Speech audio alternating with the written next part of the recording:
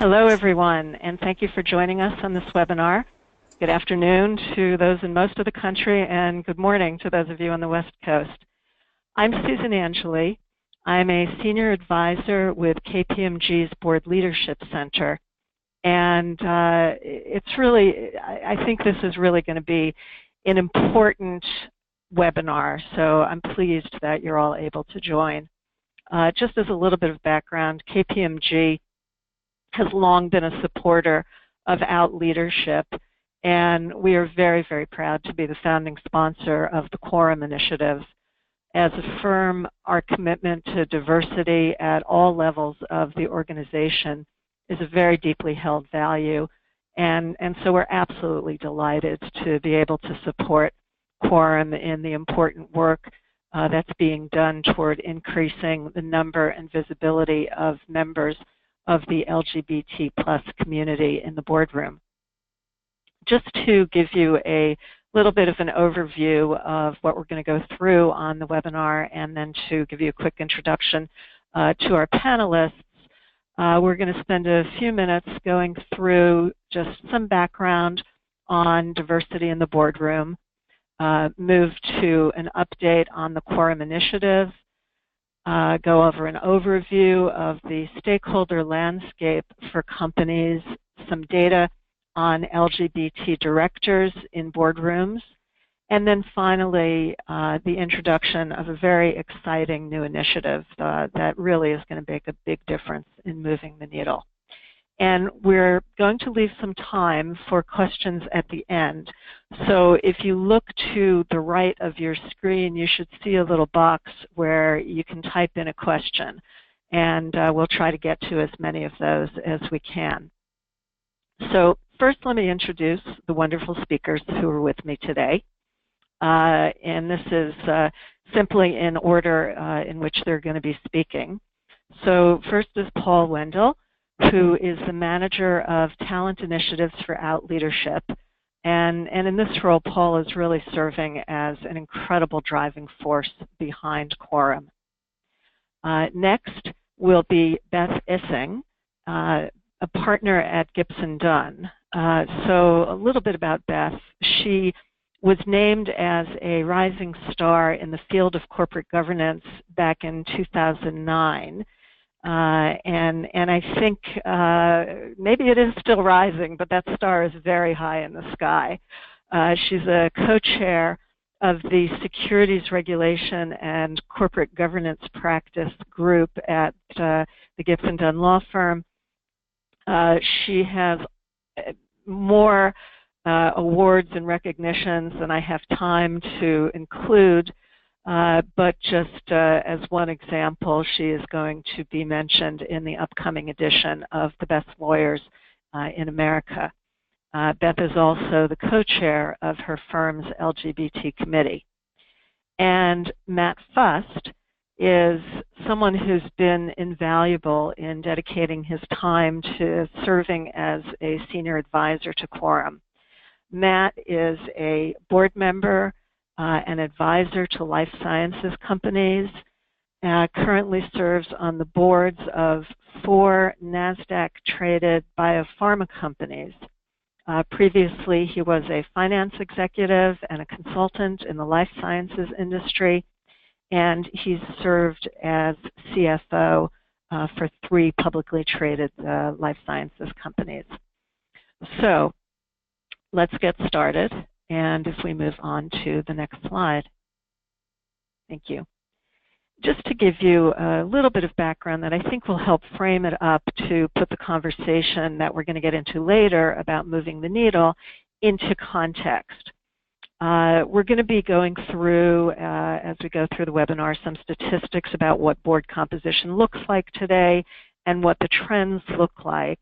And as you think through that, this information that I'm about to share with you is really important to help frame up what availability there is to actually make the difference in the boardroom at any given time. So this data covers the companies that make up the Russell 3000 index. And as you can see, the board overall turnover rate has stayed fairly steady over the last few years at a rate of, kind of in that 10 to 11% frame. And so, of course, what that means is you've got an average board size of between 8 and 12 board members, and based on this group of 3,000 companies, that means there's only a total of 300 or 400 board seats that are available to be filled in any given year. And that is, of course, one of the difficulties in really making progress to move the needle much faster than as fast as most of us would like to see it. Moving on to the next slide, the progress on gender diversity. Now, the reason we're talking about gender diversity here is because that tends to be number one, where the most robust data is, and also where the most attention has been paid. Partly because the numbers are just larger, and also partly because there's been a lot of research. Identification based on public filings is easier, and so much of the data out in the world of board diversity does tend to focus on gender. If you look at this slide, I would characterize this as both good news and bad news. So the bad news is that while there's been a lot of pressure on boards to increase gender diversity, the numbers continue to remain relatively low. So as you can see, looking at that bar on the right side, 2017, the overall composition of Russell 3000 boards is 16% women. And the light blue bar is a group of large cap companies that Equilar measures, and they refer to as the Equilar 500. And that's just under 21% women.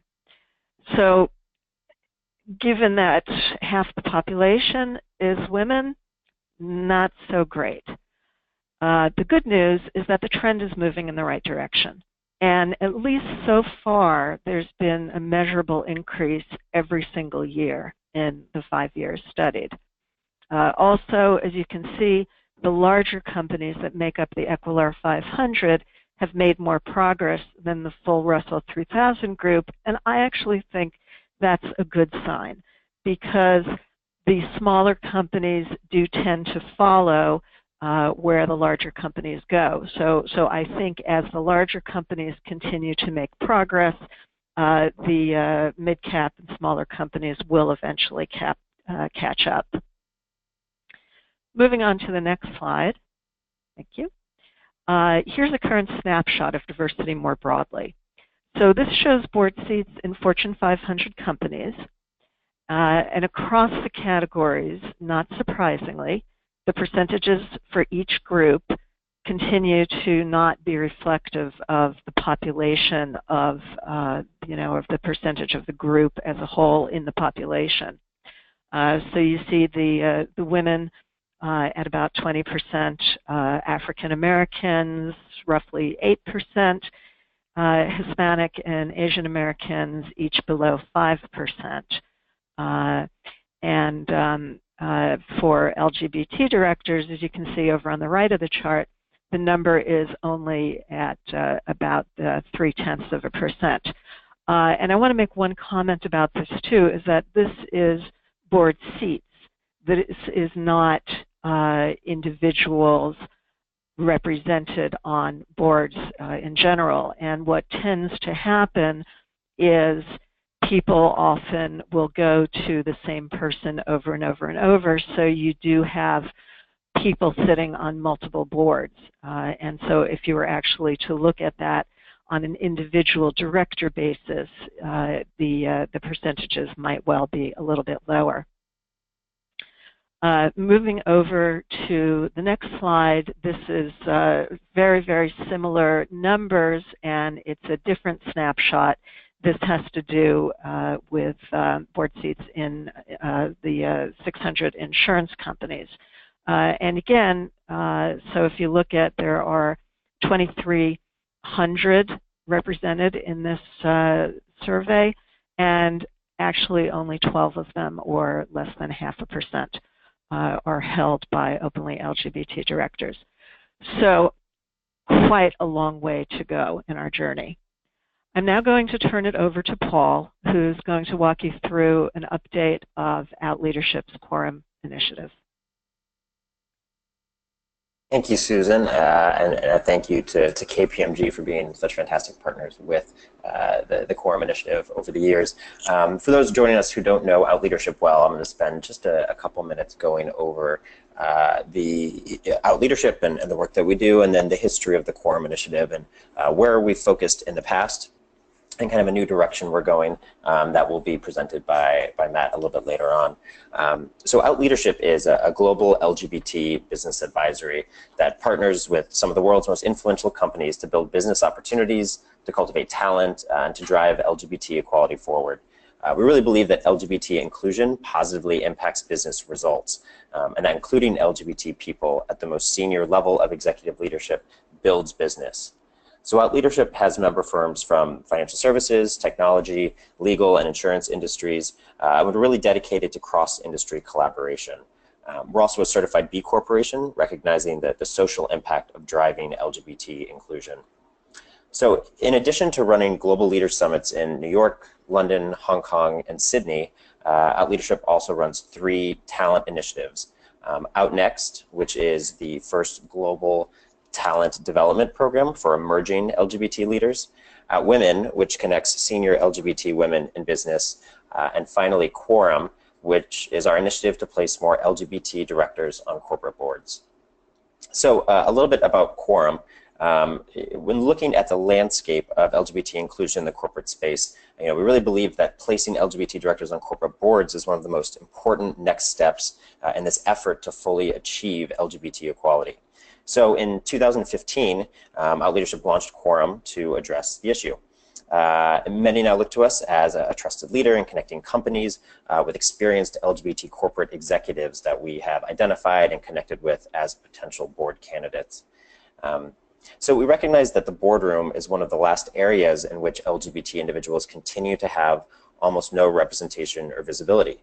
And many corporations internally push for greater LGBT leadership in the C-suite level and other executive positions, but this push doesn't seem to have translated all the way up to the board level for most organizations.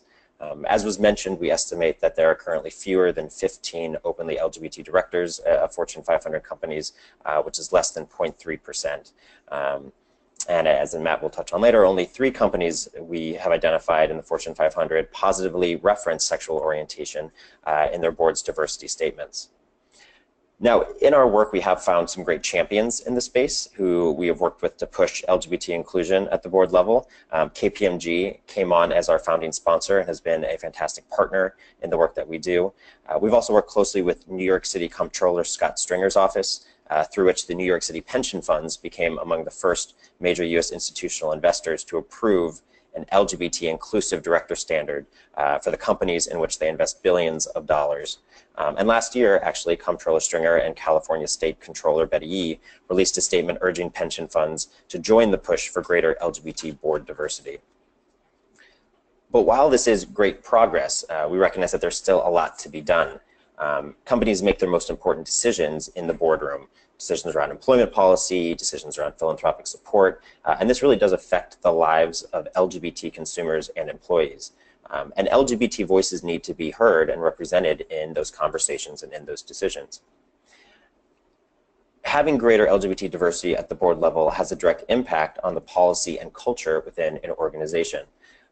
Visible LGBT leadership is a key component to creating this inclusive work environment.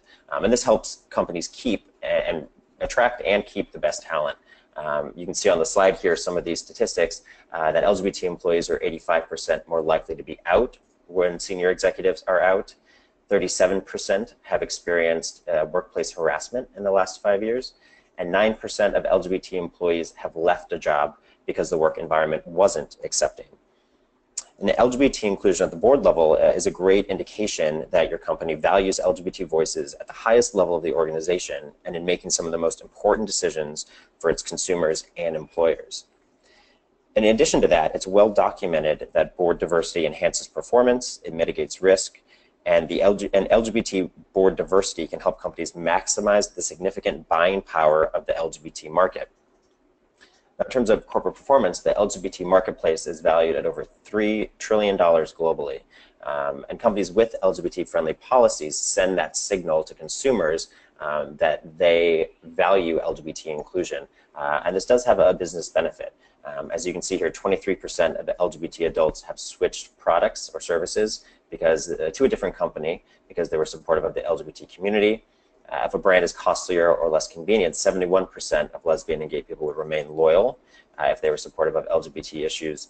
The average spending total for same-sex partnered households on consumer packaged goods is 25% higher than the average U.S. household, and 73% of LGBT individuals and 81% of allies are more likely to purchase a good or service from a company that supports LGBT equality. So at the end of the day, LGBT inclusion, you can see, is good for business. Now, one way that Out Leadership is working to help make companies aware of this need to address what is a lack of LGBT inclusion on boards is through our new OLIQ tool. OLIQ is Out Leadership's new diagnostic tool, and it's designed to give companies a comprehensive snapshot into their LGBT inclusion efforts across 7 different dimensions. And within one of those dimensions, one thing that it measures is board leadership, and if LGBT inclusion is a part of board policies. So if you have questions about OLIQ, which is something that your company can implement and go through, you can feel free to reach out to myself. My contact information will be at the end of the webinar.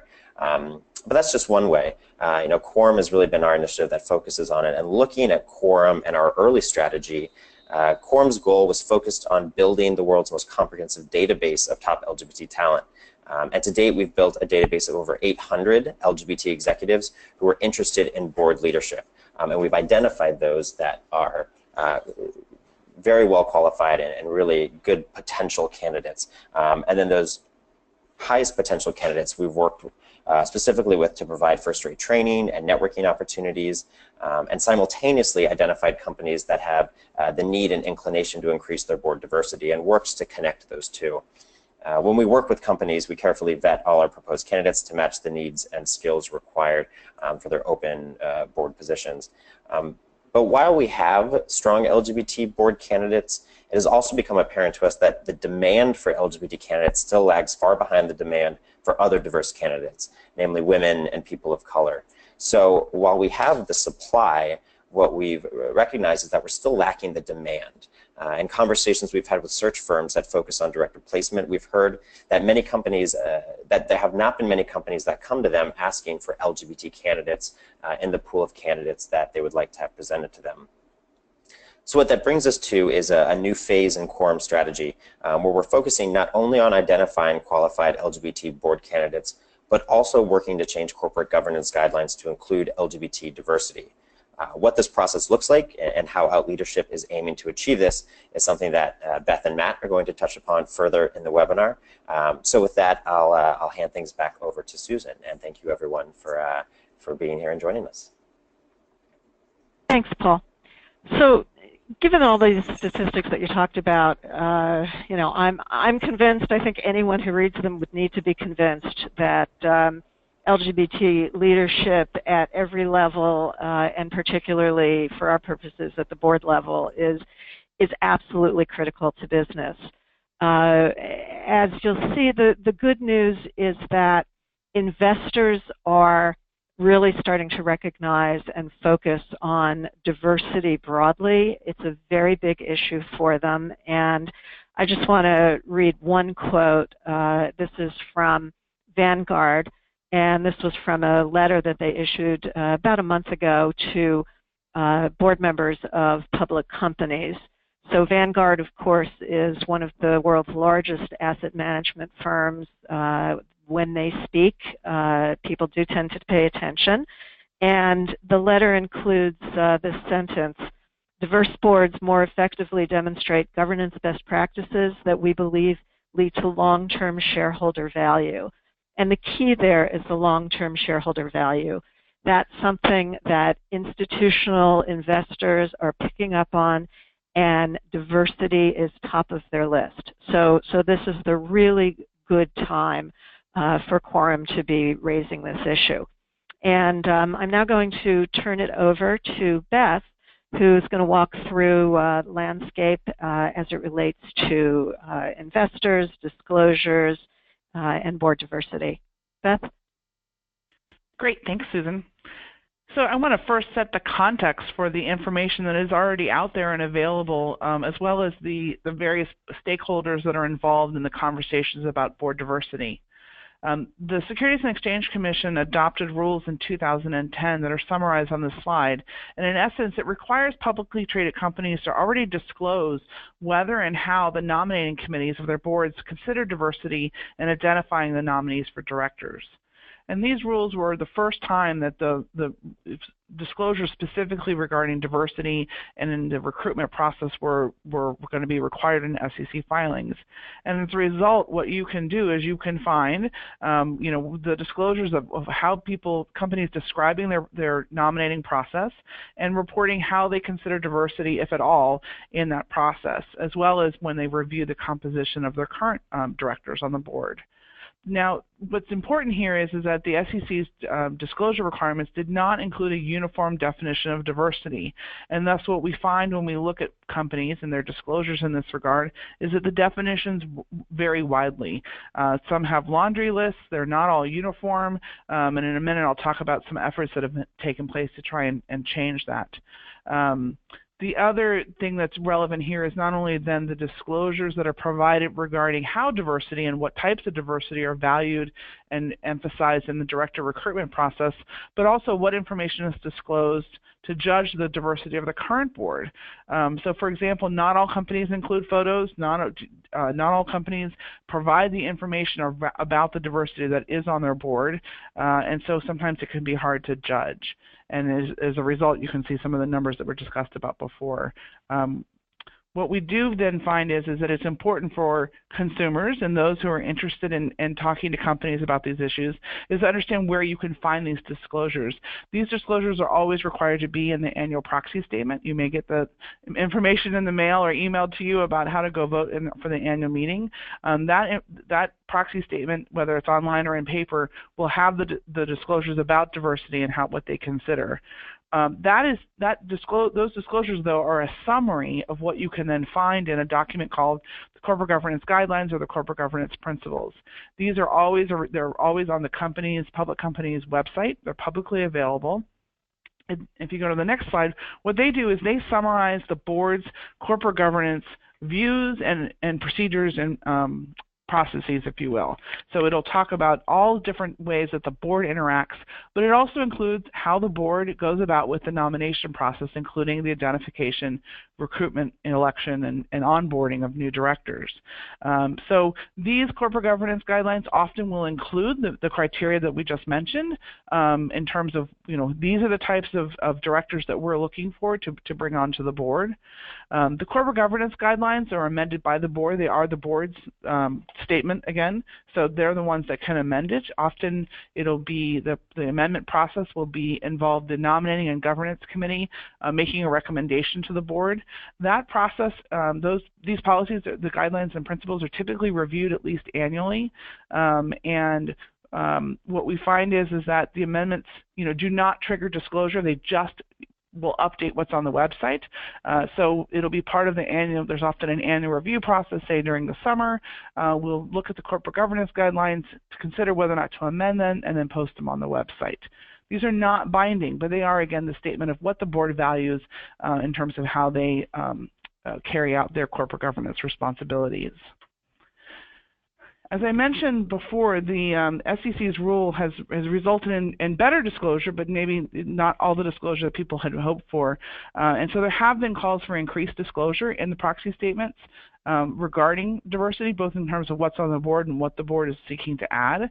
There was a 2015 rulemaking petition filed with the SEC in March of that year, asking where the public pension funds asked for greater disclosure in this regard. And the former chair of the SEC, Mary Jo White, had actually called for more meaningful disclosure. The SEC staff had actually been working on new rules to try and increase what disclosure was required. Once with the new administration and the new SEC chair, we actually learned in late August when the Reg Flex agenda was published regarding what rulemaking will be coming up at the SEC, that that rulemaking initiative was placed more on the longer term agenda, so is not likely to happen in the near future. But even though the regulators are not stepping in and mandating more in this area, we see that other stakeholders are asking for more. And this was partly, some of this was alluded to before. One of the things that has happened is that there are more and more of the pension funds and others who are submitting shareholder proposals, requests to companies. Actually, that would, unless withdrawn or excluded for other reasons, that would be voted on by their shareholders, asking the boards to adopt a specific policy, or report on steps on what they are doing to increase the board's diversity. And you'll see that what we've seen in recent years, just even from 2016 to 2017, we're seeing more of these proposals, and that when they do go to a vote, the average support for these proposals is increasing. And there actually were even 2 majority votes this past year on those proposals. In addition to the proposals, this is often a reflection of the people who are voting, and we are seeing more and more of not just the state and public pension funds supporting the calls for greater board diversity. We're also seeing among many of the, if you will, major, typically passive in the past, institutional investors.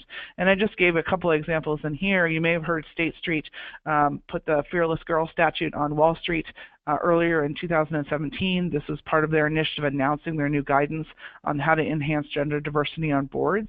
And BlackRock has also made recent statements about their commitment to the companies that they invest in increasing board diversity. And then finally, I'll just mention, as was mentioned before, the New York City Comptroller, as the trustee for many of the public pension funds in New York City, they recently, in addition to what the statements that were made last year, they actually recently in September sent letters to the boards of 151 companies asking them to provide the controller and to disclose to investors a director qualifications matrix that identify the director's most relevant skills, experience, and attributes, as well as each director's gender and race and ethnicity. And you'll see, as highlighted on this chart, this is an example of the matrix that was provided, and they included sexual orientation on this chart. And so, the companies that receive that are in the process of considering how and the best way to go about responding to this letter, but it's something that the comptroller as well has placed an emphasis on. So given all that context on what is going on among various stakeholders, Susan, I will turn it back to you.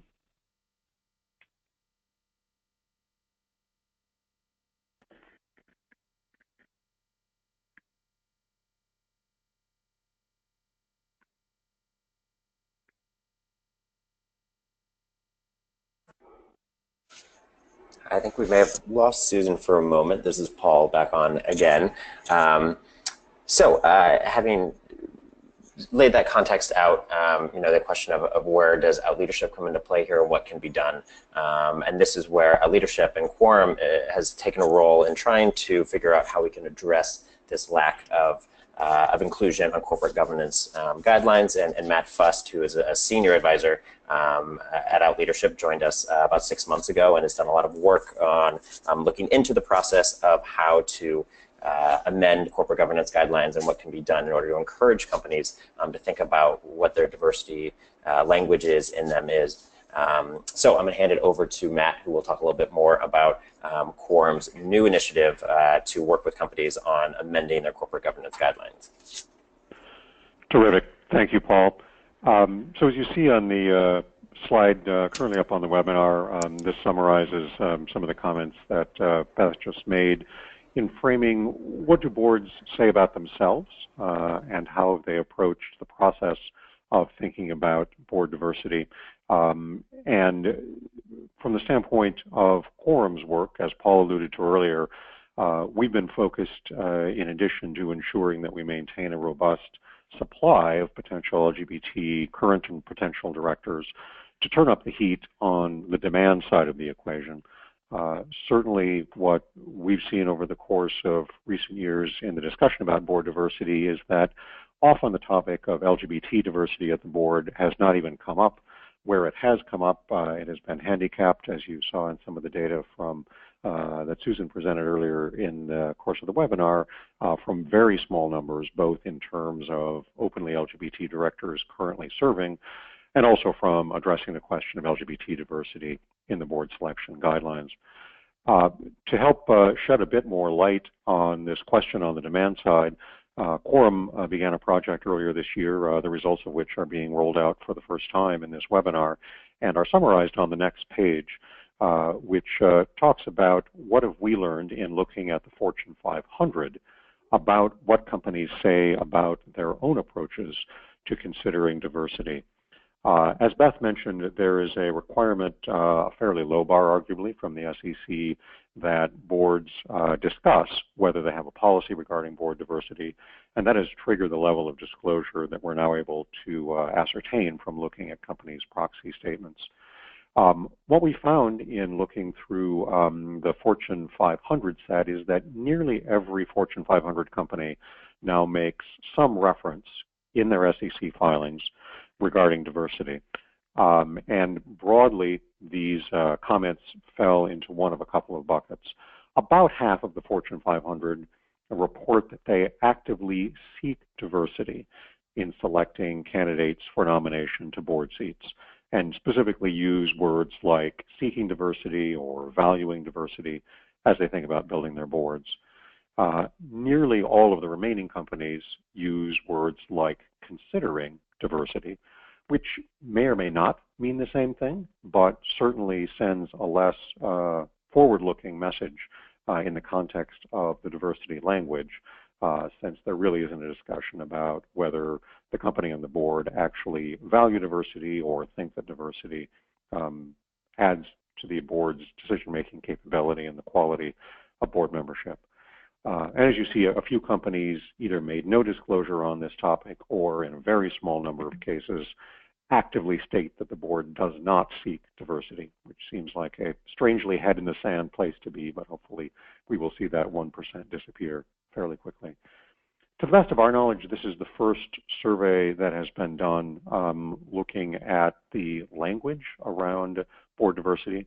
And as you'll see as we turn ahead to the next couple of slides, the only search that we know that's focused specifically on what boards are saying about diversity, sexual orientation, and gender identity.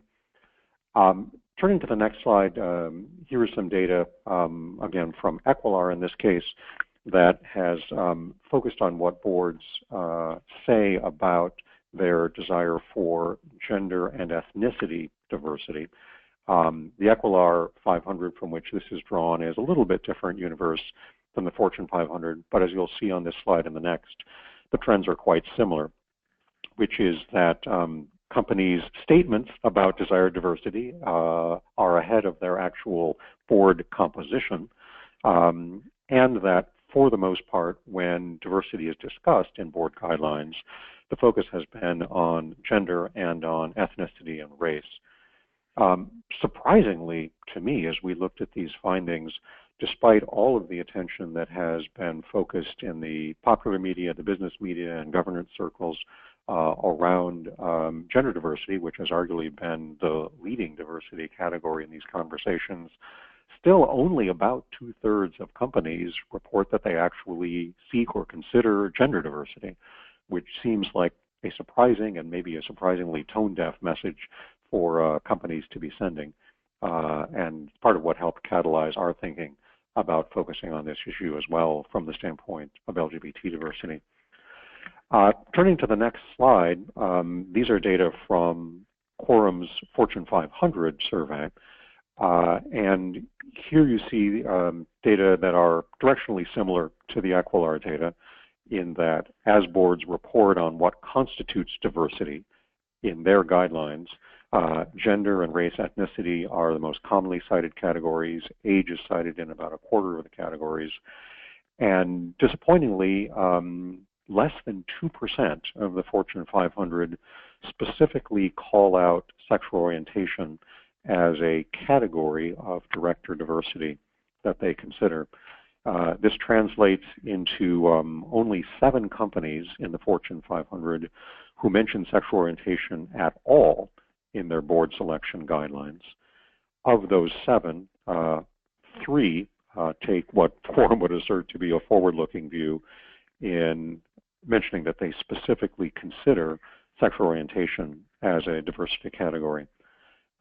With the glass half full perspective, happy to report that that number is larger than it has been when we look back in time, and encouragingly, one new entrant to the Fortune 500 specifically included sexual orientation as part of their director selection category.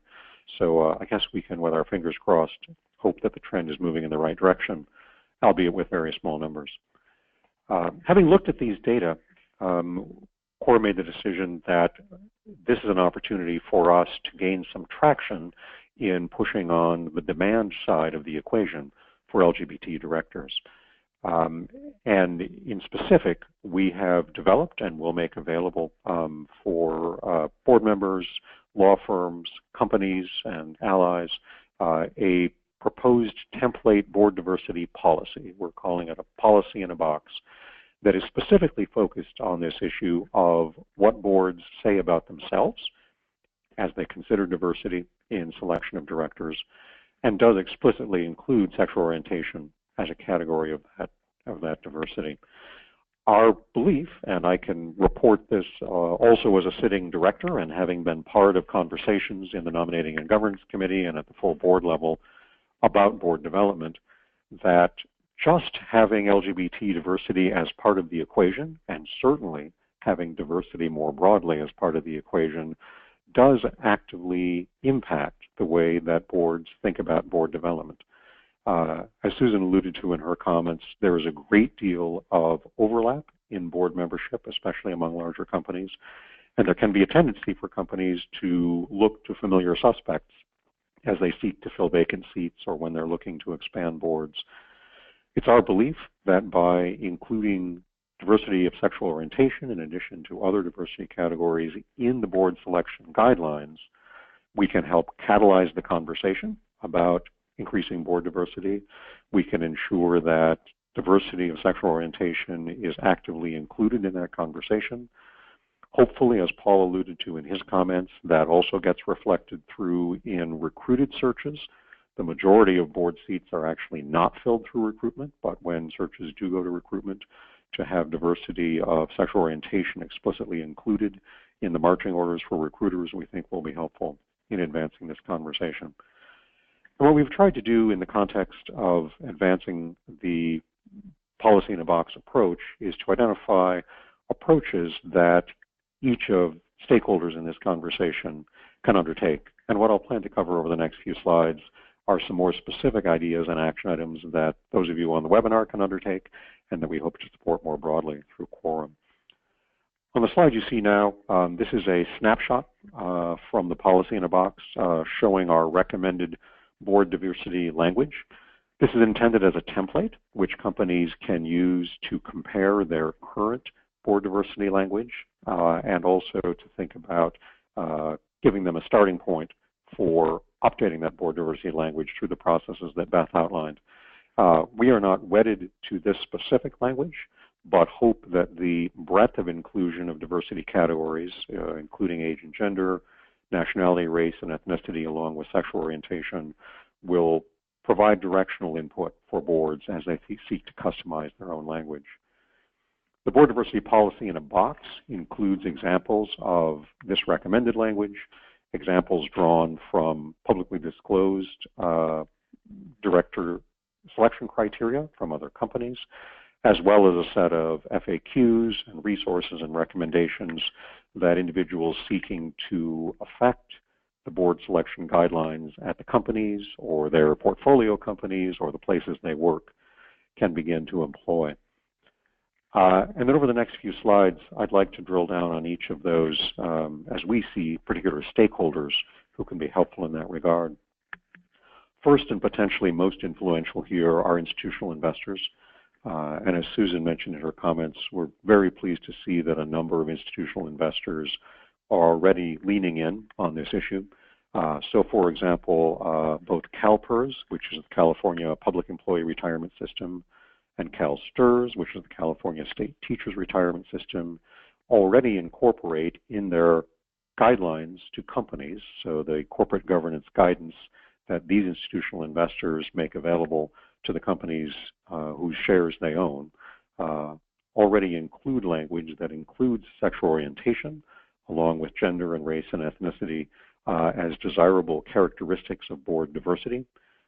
Similar language appears in the various New York City pension funds, and at Quorum we're actually working with what we will believe will be the first or one of the first privately held institutional investors, and hope to be able to make that announcement fairly shortly as we begin to see some increasing traction among institutional investors.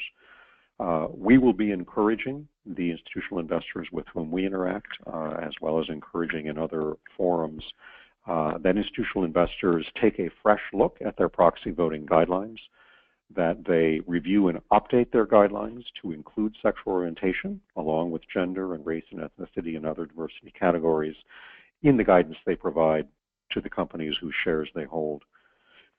Similarly, institutional investors have the ability to exercise tremendous influence simply by asking their portfolio companies about the diversity of their boards, including whether they have LGBT directors, and encouraging companies to report on that board diversity. The matrix from Comptroller Scott Stringer's office is a good example of that.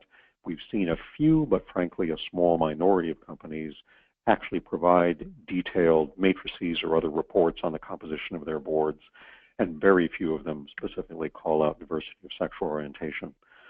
So we think institutional investors have a very important role to play in demanding this information from their portfolio companies and providing a stronger basis for us to report on the current state of play as well as on progress in this regard. Beyond institutional investors, we think another critical set of stakeholders here are folks who are already sitting on boards, who are executives of public and privately held companies, as well as allies around that universe. As Beth outlined, it's really a quite straightforward effort for companies, and in particular for nom and gov committees and boards of directors, to take a look at their selection guidelines. It is our hope that by Quorum and other organizations shining a light on what boards actually say about their selection guidelines will help encourage this. But there's a great opportunity for sitting board members and corporate executives simply to put this issue on the table, not treat the update of the board selection guidelines as a rubber stamp effort, but encourage directors to actively look at the language that's being used, to be sure that the characterization of board diversity does reflect the underlying values of the organization. We are very struck that many organizations that have taken quite progressive perspectives with regard to diversity of employment, and who may, for example, actively sponsor employee affinity groups for women and racial and ethnic minority employees and LGBT employees, have not taken the relatively simple additional step of extending that broader embrace of diversity into the boardroom. So this is an opportunity, I think, for companies and boards to ensure that their outward-facing perspective on board diversity matches their values, to specify inclusion of diversity of sexual orientation when they undertake new board searches, and as Paul mentioned, to use tools like the OLIQ diagnostic to think about how they're talking about and actually embracing diversity within their organizations. So if you're on the call and you're a board member or a corporate executive, take the opportunity as soon as the call is done to take a look at what your company currently says and to think about how to include an update of that in the process of looking at your board selection guidelines. We believe, as noted on the next slide, that law firms and external counsels who support general counsels and who support boards may also have an opportunity to have significant influence here. Companies regularly look, as they should, to their outside counsel for best practice and advice and guidance in a range of corporate governance activities, including in their board selection. One potentially easy step for law firms who, again, often think very progressively about the issues of diversity is to ask law firms to review their off-the-shelf template documents for director selection criteria, for disclosures and proxies, and for director and officer questionnaires, which I'll come back to in a moment. I have found in my own experience, having worked with several companies that have done initial public offerings over the last few years, the outside law firm typically delivers a set of documents that cover this and a range of other governance topics. They may or may not be carefully reviewed in the heat of activity as companies seek to go public, but it's an easier opportunity for companies to start off on the right foot with a broader and more encompassing definition of diversity, and hopefully to also shape board membership, for example, in the initial years after an initial public offering, when often there's a great deal of board turnover, and before we get into the situation, as Susan outlined at the beginning of the call, where a relatively small number of seats actually open up in any given year for sitting board members. So we encourage law firms, and especially the corporate governance experts within law firms, to take a careful look at this, determine whether the template documents that your firm provides align with your own firm's values and the values of your clients, and provide especially newly formed or newly public companies with a good foundation here. One specific comment I wanted to note here in the context of law firms is the topic of director and officer questionnaires. For those of you who aren't familiar with this, directors and corporate officers of publicly traded companies typically complete a questionnaire on an annual basis, sometimes more frequently, that cover a range of issues that relate to the independence of directors and other demographic and criteria, other demographic and other questions about the activities and backgrounds of the board members and corporate officers. This is, we think, a potentially interesting opportunity to begin to get boards who may be uncomfortable about or may have not asked about diversity categories like race and ethnicity or sexual orientation to include questions about director self-identification in those categories in a neutral form, in its form that is level across all directors and officers. It doesn't require board chairs or CEOs to directly ask individual directors uncomfortable questions about their gender identity or their sexual orientation, but will provide a very rich basis for companies to begin voluntary disclosure of board diversity. And the more disclosure we see among public and privately held companies, the richer the database that will be available for tracking progress in this arena and for further research. And also wanted to note here in particular that Out Leadership has a very active industry vertical for law firms and attorneys, and we hope to leverage the Out in Law subset of Out Leadership as a way to advance these conversations. Next up, in terms of audiences, many companies, especially large companies, have very active employee affinity groups, including LGBT affinity groups. These organizations have been active on a range of issues, especially as relates mentoring and career development and equity and inclusivity issues for LGBT employees. We are recommending that employee affinity groups also take a look at the selection criteria for board members at their companies. We think this would provide a really interesting conversation for the leadership of LGBT affinity groups, as well as affinity groups for women and racial and ethnic minorities, to have dialogue with the executive sponsors for those groups, ideally to have dialogue directly with a broader set of executives or potentially even in board members, to ensure that the companies where they work reflect all the way up to the boardroom the diversity that companies have declared is important in their employee base. And that, again, we hope that will have carry through to identify and select and nominate more diverse director candidates. And finally, just wanted to touch base quickly with regard to alliances with other board diversity organizations as well as researchers. On the first front, through engagement with KPMG, as well as directly with a number of other organizations, we find that there are strong and logical alliances to be had here. And we are beginning a process of working with other organizations, both for-profit and nonprofit, who focus on boardroom diversity, to encourage them to ally with us in pushing for more expansive and comprehensive director selection guidelines, proxy voting updates, disclosure and reporting by companies, and certainly all of this in service of hoping for more diverse actual slates of directors.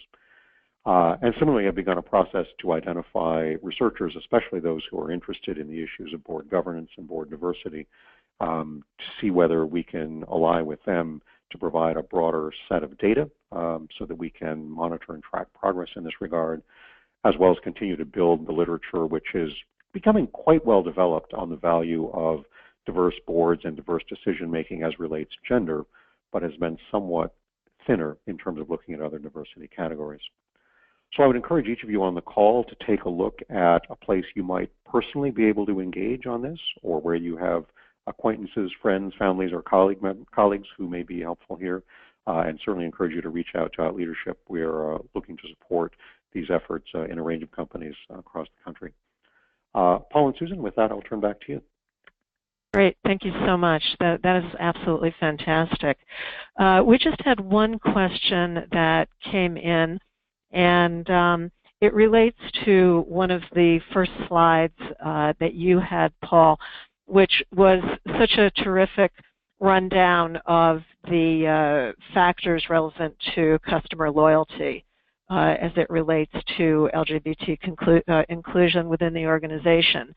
And the question, and I suppose it would be very helpful to hear the answer to this question for those who will be going out and talking to board members, law firms, et cetera, because it may well come up, is so customer loyalty is fine as a reason for LGBT voices in the boardroom, but what would you say, and what can we do for companies that are not consumer focused? So I will turn it over to anyone who wants to take that question. Susan, it's Matt. I'm happy to leap in, and I suspect Paul will also have perspectives to offer, since Out Leadership deals with a wide range of companies in different industries. I think, although important to focus on business-to-consumer type companies, one of the responses that I've found has a lot of traction when this question arises is to think about the various stakeholder groups with whom companies interact. And so while it can be a very clear connection with consumer-facing companies, I'm acutely aware, sitting here as I am in Silicon Valley, that there is an ongoing battle for talent attraction and retention, specifically around employees, but more broadly around consultants and advisors and others who work with companies. And what is very clear is that millennial employees in particular, but I would say employees more broadly, are increasingly attuned to the values and the lived values of the companies with whom they work. And it's very clear that there are data that more diverse organizations, and especially diverse organizations who have active and effective efforts on inclusion and equity within their various diversity categories, do have higher levels of employee engagement, are better able to attract and retain employees, and that can be a very valuable dimension for companies. Similarly, as was discussed in this webinar, I expect we will see an increasing level of focus from the investor side, not merely from investment funds who focus on environmental, social, and governance issues, but even more broadly, as we've seen from public pension funds. So it seems like there are numerous ways to make that case. Paul, anything else you would add? No, I think I would echo your sentiments on that. With our Out Next cohort, our initiative that focuses on LGBT emerging leaders, when we've gathered them at our summits and have conversations with them, and they talk about what they value in their companies and what drew them to their companies, one of the things that they do often reference is that the company has demonstrated a commitment to LGBT inclusion, and not just for employees when they come in, but throughout the company, that there are they really do seek out mentors, and they seek out LGBT leadership within organizations, and something that they can aspire to. So, I think you really hit the nail on the head there, that for recruitment purposes, and also for retention, having those role models within a company that goes all the way up to the board level is something that's really important for any company to have as a part of what they do. Now that's great. Thank you both. And I would add to that there is a body of research on decision-making in groups, and ultimately that's what boards are, is they're groups that make decisions. And the research is very clear that when you have a group where there are differences in backgrounds, in perspectives, whatever measure of diversity you want to look at, the decision-making is just better.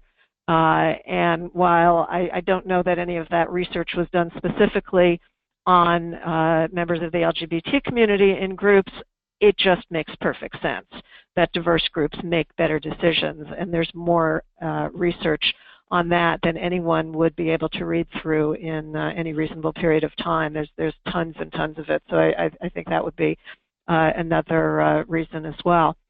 That brings us up to the end of the hour. And I want to thank our speakers, thank all of you for listening. As you see on the slide, Paul's contact information is there. Please feel free to reach out to him if you have any additional questions or any comments. And of course, if you have a way to help spread the word on a policy in a box and want to offer to volunteer, that would be phenomenal too. So again, thank you all very much, and this concludes our webinar. Thanks, Susan. Paul Wendell here real fast. Just wanted to let everyone know I will be following up from the webinar with a link to a recording of the webinar, and we will be sharing the policy in the box with you all if you'd like to view it and bring it to your companies. So thank you again for joining us.